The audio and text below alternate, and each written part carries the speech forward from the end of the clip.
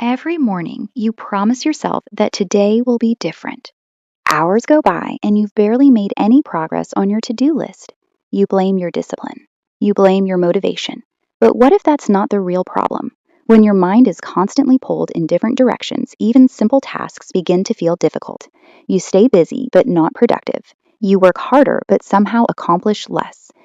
Our inability to be productive often stems from a lack of mental clarity, not discipline or motivation.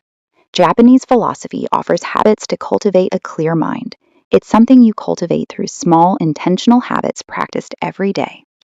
Here are 10 Japanese habits that can help you think more clearly, stay focused, and finally take back control of your mind.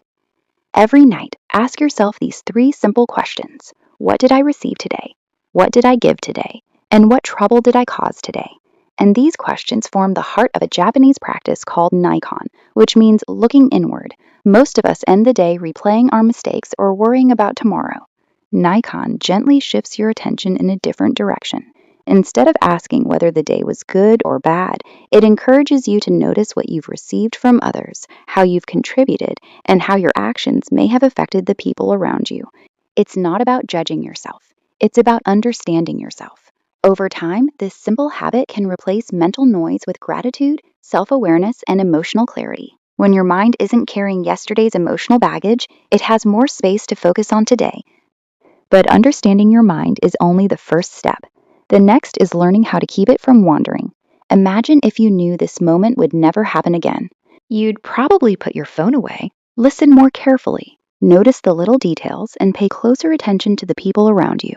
That's the idea behind a beautiful Japanese philosophy called Ichigo Ichie, one time, one meeting.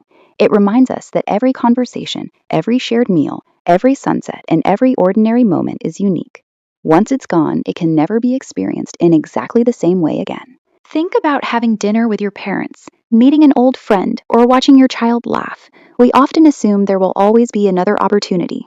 Ichigo Ichie reminds us that nothing is guaranteed, and that's exactly what makes these moments so valuable. When you stop treating life as something that can always wait until tomorrow, your mind naturally stops wandering.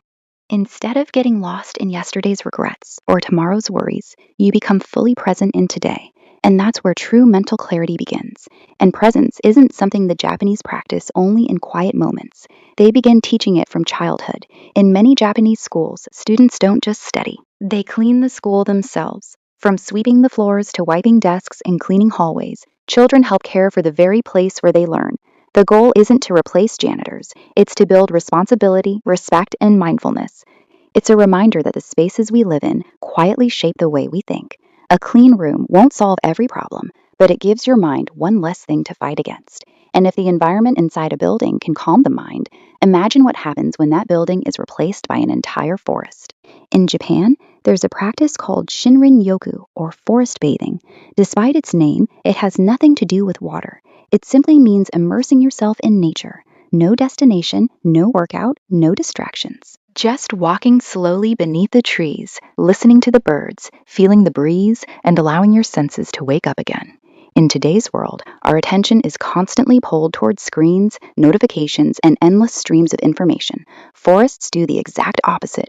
They gently invite your mind to slow down, and science seems to support this ancient practice. Researchers have found that spending time in nature can lower levels of cortisol, the body's main stress hormone, reduce blood pressure, and even improve your ability to concentrate. That's one reason doctors in Japan sometimes recommend spending time in forests as part of a healthier lifestyle. Sometimes the clearest thoughts don't come when you push yourself harder. Sometimes they come when you finally slow down. But the Japanese believe mental clarity isn't shaped only by where you go. It's also shaped by what you choose to leave behind. That's the idea behind danshari. Most people think decluttering is simply about creating a cleaner home. It isn't. It's about creating a quieter mind. Take a look around your room. Old receipts, piles of clothes, random cables, books you haven't opened in years. You may not consciously notice them anymore, but your brain does. Every unnecessary object quietly competes for a tiny piece of your attention. Individually, they don't seem like much. Together, they create constant visual noise. Danshari encourages you to ask a simple question. Does this still deserve space in my life? When you let go of things you no longer need, you're not just making more room in your home, you're making more room in your mind. Because sometimes the easiest way to feel lighter is to carry less. And once you've removed the distractions around you, there's one more distraction left to deal with, the one inside your own mind. That's why traditional Japanese tea ceremonies move with such intention. Every movement is slow. Every gesture has a purpose. Nothing is rushed. Nothing is wasted. A traditional tea ceremony can last close to an hour, yet every movement is performed with complete attention. To an outsider, it might seem ordinary, but that's the point. The tea ceremony isn't really about drinking tea, it's about practicing presence. In a world that rewards multitasking, it reminds us that trying to do everything at once often means experiencing nothing completely. When your attention stops jumping from one thing to another, your mind finally has a chance to become still. Because mental clarity doesn't come from doing more, it comes from giving your complete attention to what matters most. And when your mind learns to slow down and focus on one thing at a time, something else begins to change, your relationship with your own body. In Japan, there's an old saying, hara hachibu. It means eating until you're about 80% full, not until you're completely stuffed. At first, it sounds like simple advice about food, but it's really a lesson in self-control. It's knowing when enough is enough. Instead of eating until discomfort, you leave room for comfort. Instead of chasing more, you learn to appreciate enough. This habit is especially well known in Okinawa, one of the world's famous blue zones, where people have historically enjoyed some of the longest lifespans on Earth. While many factors contribute to their longevity, eating in moderation is believed to be one of them.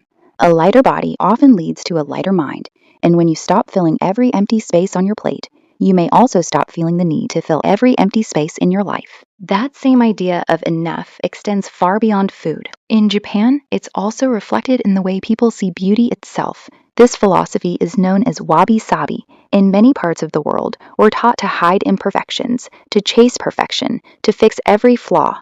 Wabi-Sabi teaches the opposite. It finds beauty in things that are imperfect, incomplete, and constantly changing. Think about your favorite old mug, a notebook filled with years of memories, or a wooden table covered in tiny scratches from everyday life. Their imperfections don't make them less valuable. They tell a story. The same is true for us. So much of our mental exhaustion comes from trying to become someone perfect who doesn't exist. Wabi-Sabi reminds us that peace doesn't begin when life becomes perfect.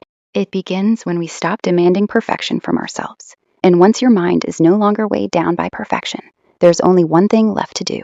Keep moving forward. That's where Kaizen comes in. Kaizen simply means continuous improvement, not giant leaps, not dramatic overnight transformations, just small, consistent progress. This philosophy has shaped everything from personal habits to the way Japanese companies improve their products. Instead of waiting for one breakthrough idea, they focus on making hundreds of tiny improvements that add up over time.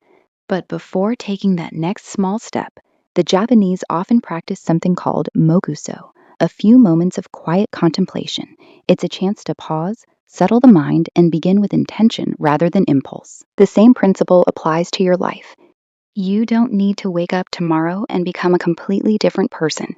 Read one more page, take one short walk, meditate for 5 minutes, put your phone away a little earlier. One small habit, one better decision, one step at a time. Because mental clarity isn't something you discover one day.